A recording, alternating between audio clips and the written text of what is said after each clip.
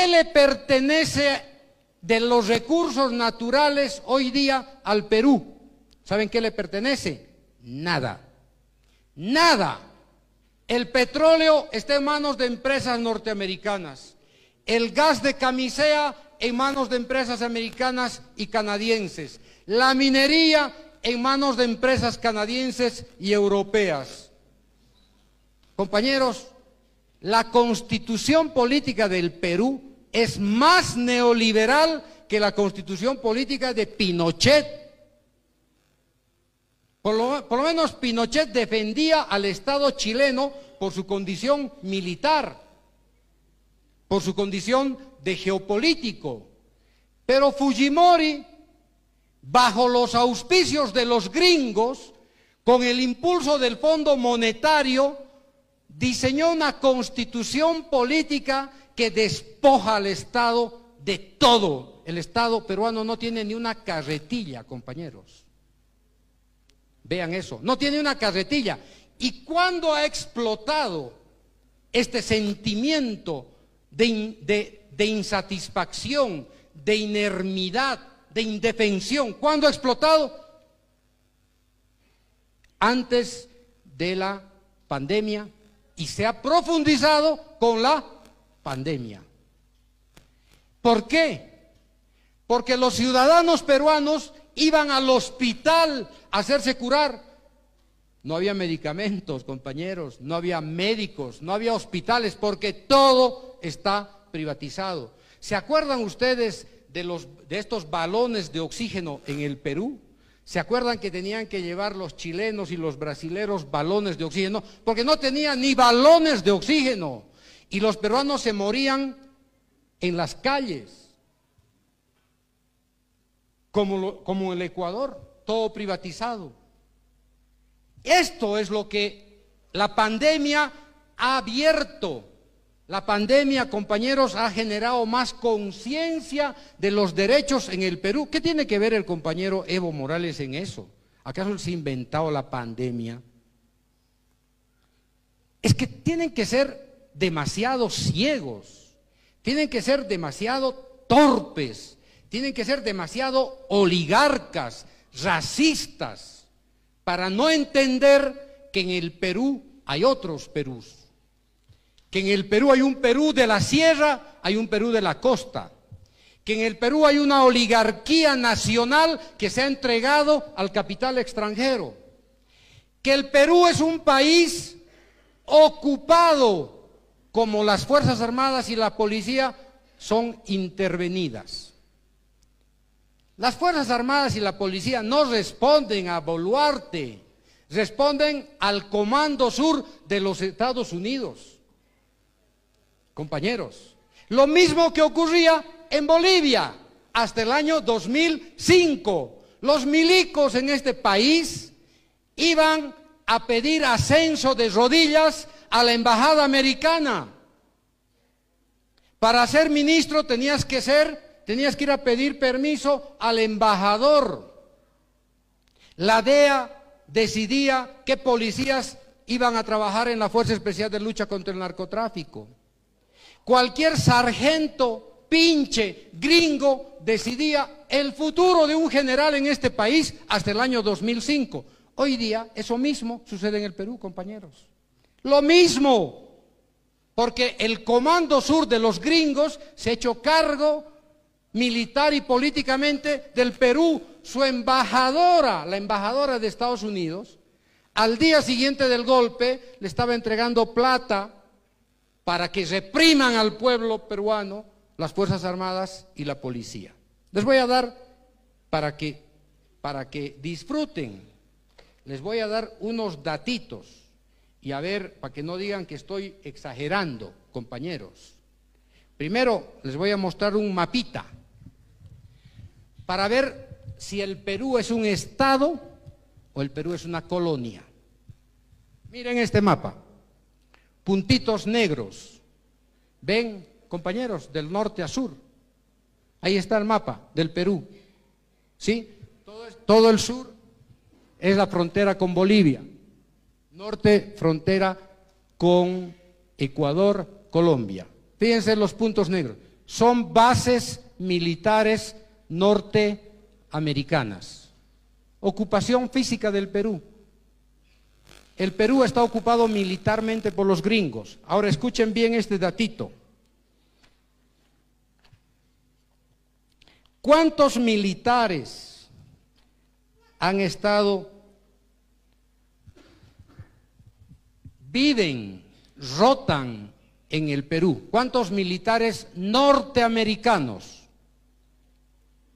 Miren, investigación de una socióloga peruana brasilera. Dice, entre el 2003 y el 2010, 87.516 militares estadounidenses ingresaron al Perú.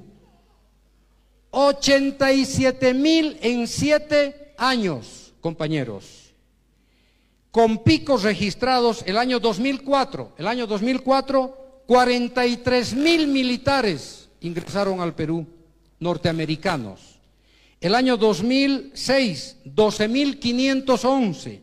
El año 2010, 11.220 militares norteamericanos que viven en estas bases militares norteamericanas. ¿Acaso eso no debiera indignar a las Fuerzas Armadas, a la policía, al gobierno nacional?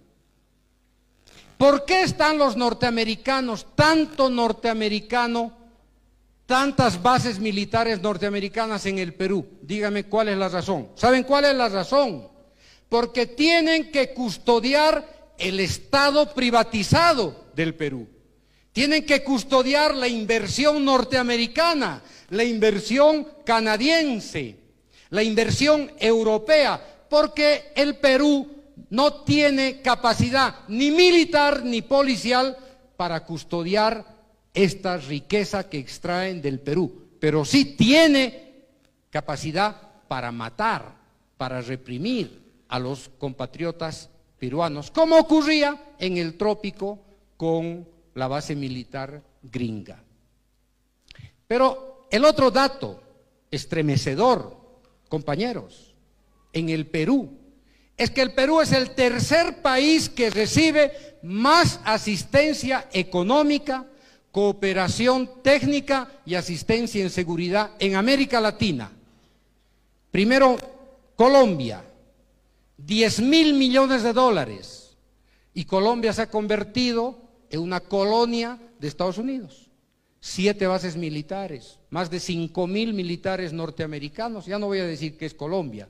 Colombia, compañeros, es un portaaviones de Estados Unidos. ¿Qué país sigue? México, segundo país que recibe asistencia y cooperación de Estados Unidos, porque tiene una frontera de 3.000 kilómetros y obviamente el narcotráfico hace que Estados Unidos esté en México. Y el tercer país, Perú, 1.800 millones de dólares en asistencia militar para el Perú en los últimos 19 años. 1.800 millones de dólares. Pero aquí está el dato.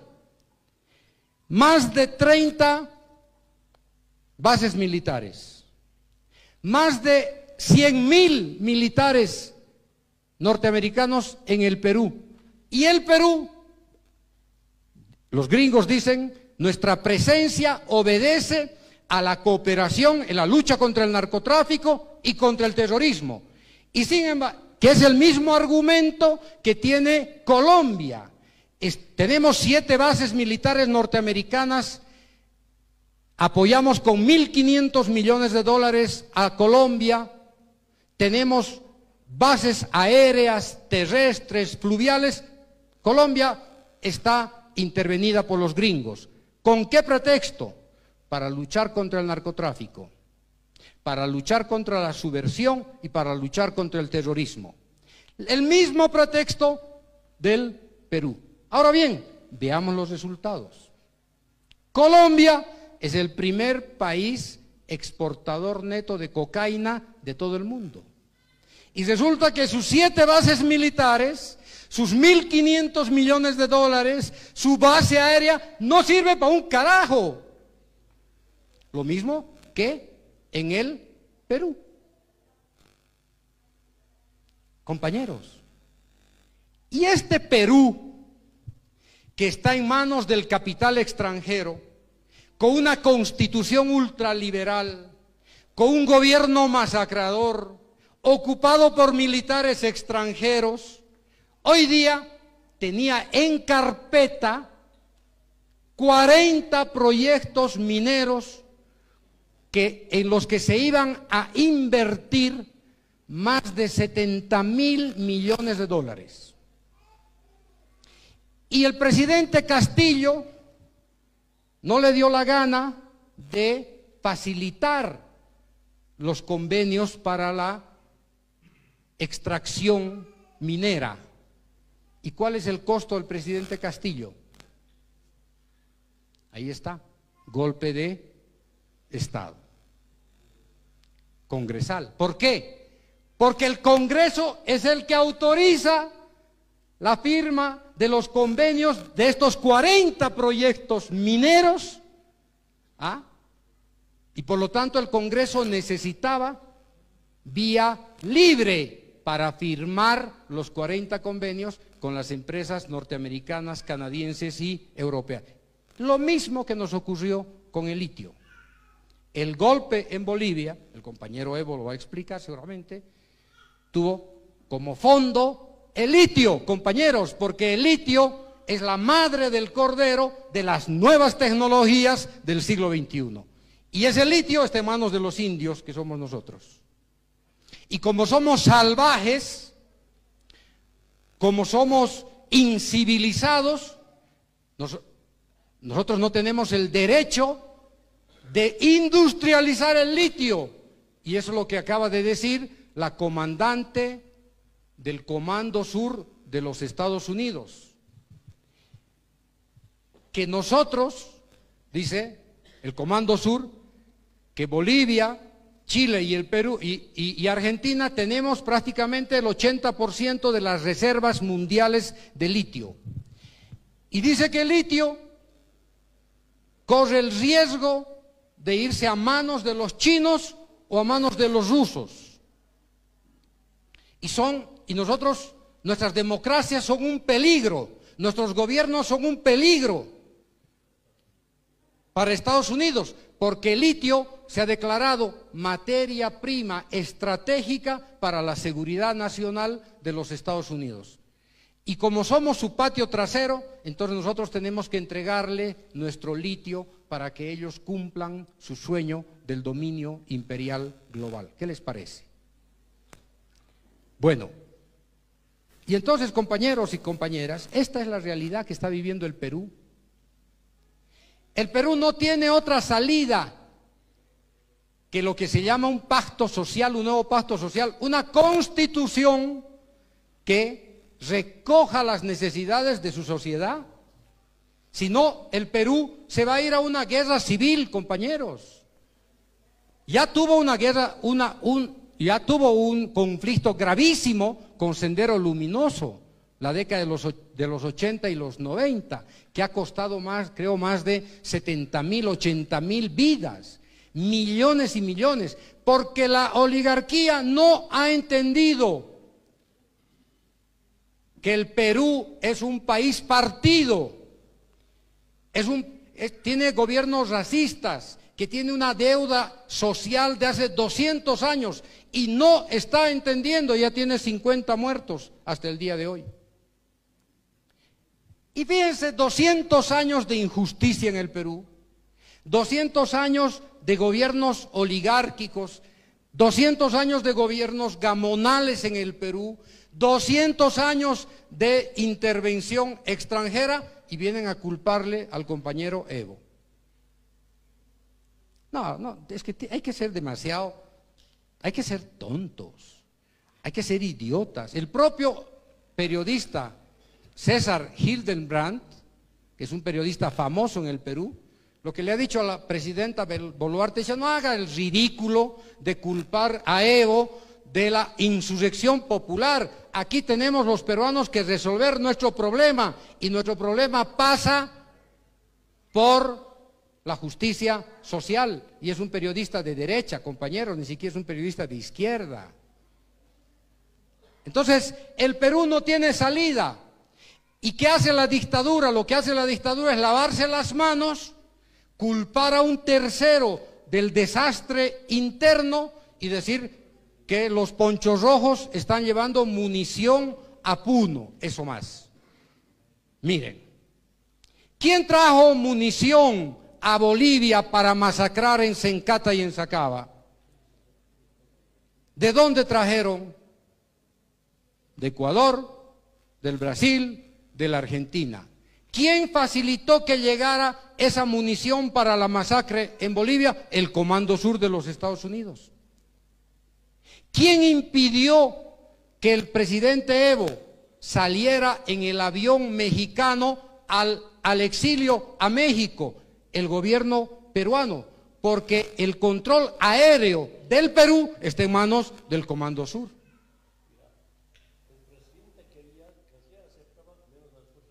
Exactamente, exactamente. Fíjense, compañeros, ¿de qué Perú estamos hablando? Este Perú que está quebrado, como estaba quebrado Bolivia hasta el año 2005. Bueno, somos un mal ejemplo, porque el Perú inevitablemente en algún momento va a tener que ir a una asamblea constituyente. Y gran parte del Perú quiere ser un Estado plurinacional. Nadie le está diciendo que sean Estado plurinacional, compañeros y compañeras. ¿Quién de nosotros está yendo a poner la pistola en la nuca del peruano para decir, sean Estado plurinacional?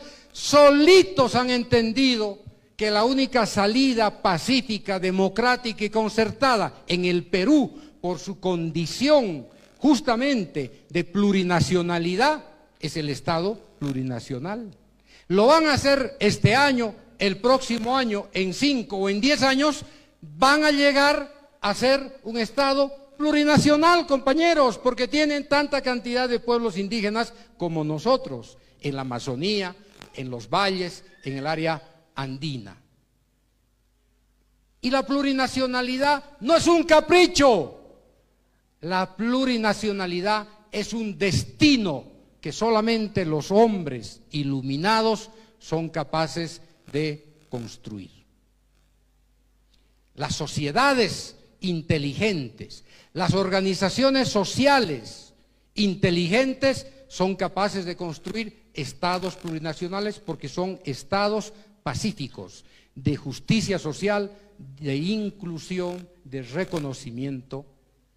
Y eso es lo que nosotros hemos hecho estos últimos años. 2009 hemos refundado el Estado republicano colonial y lo hemos transformado en un Estado plurinacional para que cualquier indígena mañana sea presidente de este país, compañeros, y no se le prohíba ni por su condición étnica, ni por su condición social, ni por su origen, ni por su color, ni por su preferencia ideológica, llegar a los más altos niveles del poder político en este país. Pregunten si en el Perú un indígena puede ser presidente. Ahí está Castillo. Apenas un profesor ha desafiado a la oligarquía. ¿Cuál es el destino de Castillo? Golpe de Estado. Y la cárcel.